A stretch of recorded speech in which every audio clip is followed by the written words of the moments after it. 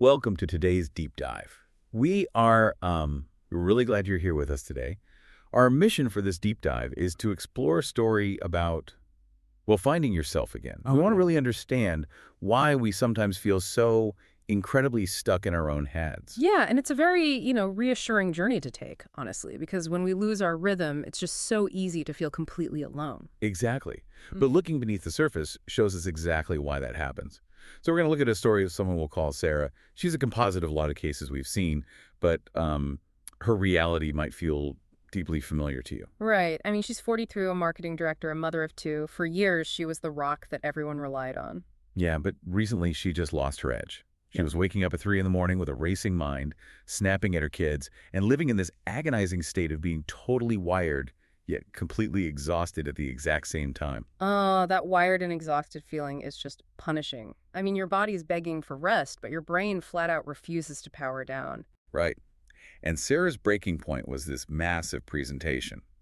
She had prepped for weeks, stood up in front of her colleagues, and suddenly her mind just went completely blank. Not just nervous, but vacant, like someone pulled the plug. Which is terrifying. It really is. And after that, she tried everything. Therapy, meditation apps, rigid sleep hygiene, cutting out caffeine entirely. But, absolutely nothing moved the needle. And that's exactly when the self-blame usually kicks in. People think they just aren't trying hard enough. Right, they think it's just a lack of willpower. Exactly. But willpower wasn't going to fix Sarah. Those behavioral changes are wonderful, but they just couldn't shift the fundamental way her brain felt on a day-to-day basis. It makes me think of like a frozen computer. When the screen locks up, you can't fix it by just mashing the keyboard harder and harder. Right, that never works. At some point, you have to admit the hardware itself needs a gentle reset. That is exactly it. She was trying to think her way out of a physical electrical pattern. Her baseline was just stuck. So if mashing the keyboard doesn't work, how do you actually look at the hardware? I mean, you can't just pop off the skull. Sarah ended up getting a quantitative EEG, which is a brain map, to measure her electrical activity. Yes, she did. But I have to push back here for a second. Looking at a Mac of my own misfiring brain sounds absolutely terrifying. Why wouldn't that just cause a massive panic attack? Well, you'd think so, right? But for Sarah, and really for a lot of people, the data brings immense relief because the map showed excessive fast wave activity in her frontal lobes. Oh, wow. Yeah, and those are the waves you use when you're hyper-focused or stressed out. So basically, her brain was just flooring the gas pedal constantly. Okay, but what about the exhaustion part? Right, so the map also showed extremely low alpha wave production, and alpha waves are the brain's internal chill-out frequency. Okay. So if the fast waves are the gas pedal, her alpha waves were like a worn-out clutch.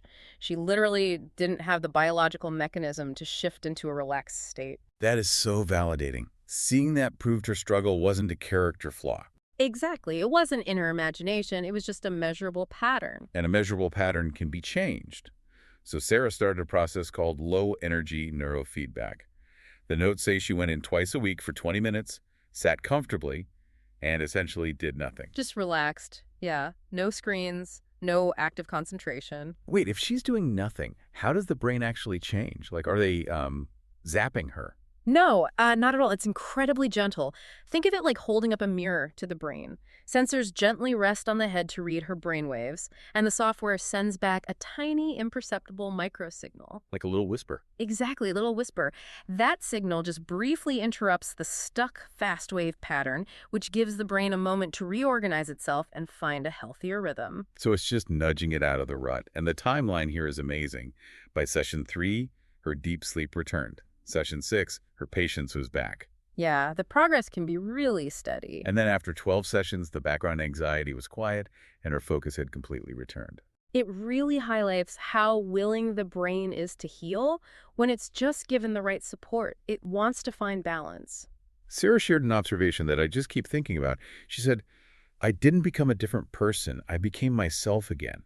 It was like someone turned down the static. That's the core of it, really. Our true selves never leave. They just get buried under temporary electrical noise. So if you're listening right now and you've been feeling foggy, disconnected, or just not quite like yourself, please know there is real hope. Absolutely. You don't have to stay stuck. Right. It's not about forcing your way through the fog or just trying harder. Your brain has this extraordinary ability to change when it gets the right support to shift its patterns. It really does. And I want to leave you with one final thought to carry with you today. If our deep feeling of self is so closely tied to these changeable electrical patterns, how much of what we consider our fixed personality might just be the temporary electrical state our brain currently happens to be stuck in?